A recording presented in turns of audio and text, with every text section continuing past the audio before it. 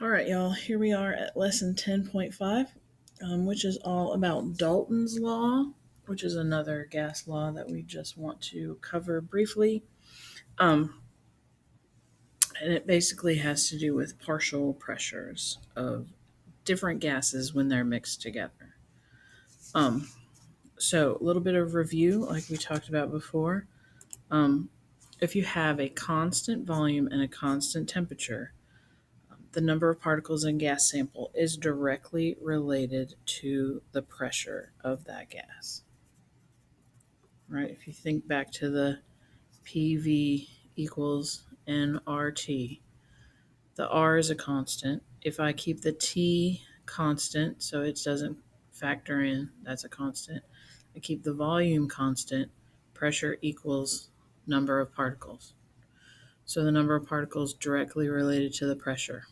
More particles that there are, more collisions take place, obviously, right? And that means more pressure. So see, fewer particles, less collisions, less pressure, more particles, more collisions, more pressure. All right? So what if I have two or more different types of gases in a container? Okay, so if I have two containers, same number of particles, one has all the same particle, one has two different types of particles, but they will have the same total pressure. As long as the number of particles is the same, doesn't matter what particles they are. So the pressure is dependent on the number of particles, but is not dependent on the type. The type does not matter.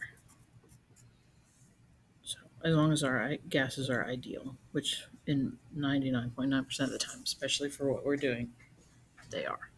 Okay, so it doesn't matter what type of particle is in there, it just matters the number of them.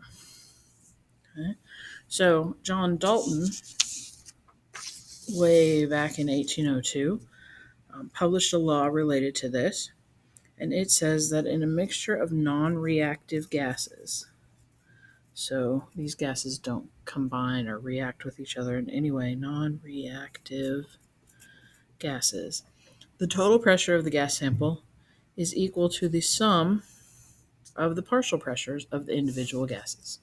So the total pressure equals the pressure of gas 1 plus the pressure of gas 2 plus the pressure of gas 3. So basically, you add them up, and there you go. It doesn't get any more complicated than that, I promise. So here's a problem. Let's do an example. So we have a sample. It has neon, argon, and helium gas in it. Okay? The total pressure is 2 atmospheres. The pressure of the helium is 1 atmosphere. The pressure of the argon is 0.2. What is the pressure of the neon? So we know from our equation that the total pressure equals all three of those partial pressures added up. So the total pressure is 2, and that equals the sum of the helium, which is 1, plus the argon, which is 0.2, plus the neon, which we don't know what is it. Well, now we just have really simple math to do, right? 2 equals 1.2 plus n. Subtract 1.2 from each side. You don't even have a calculator to do this. 2 minus 1.2 is 0.8. That equals the pressure of neon. Atmospheres, done. Add them up. All the partial pressures added together will equal the total. Doesn't matter what the gases are. That's Dalton's law. Does not get any simpler than that.